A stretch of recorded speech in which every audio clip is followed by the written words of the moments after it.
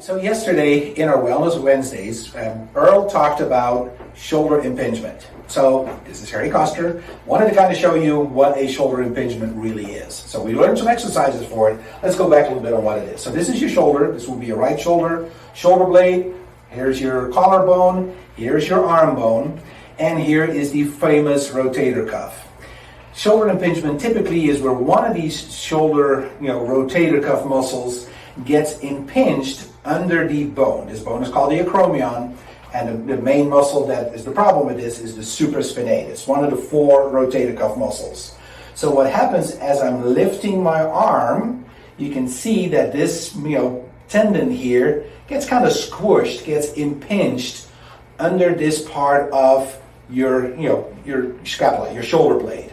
So what we're going to do, we're going to put this in view with our musculoskeletal ultrasound. So this is a diagnostic test that can really look inside, his shoulder, literally get under his skin and show what this looks like. So this is the ultrasound probe. There's some gel on there, and I'm right on that area where the supraspinatus tendon attaches. So this is going to show us, what that shoulder, what the shoulder muscles are doing when we move. And that's a really big advantage of doing a musculoskeletal ultrasound over an MRI, because for an MRI you have to lay still, can't move for 20 minutes.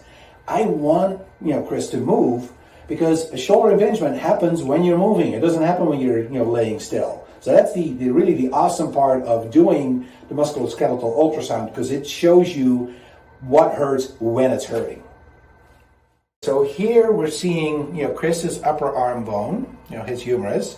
And then here we see the piece of the shoulder blade, the acromion, and this is his rotator cuff tendon, and then there's a bursa on top of it.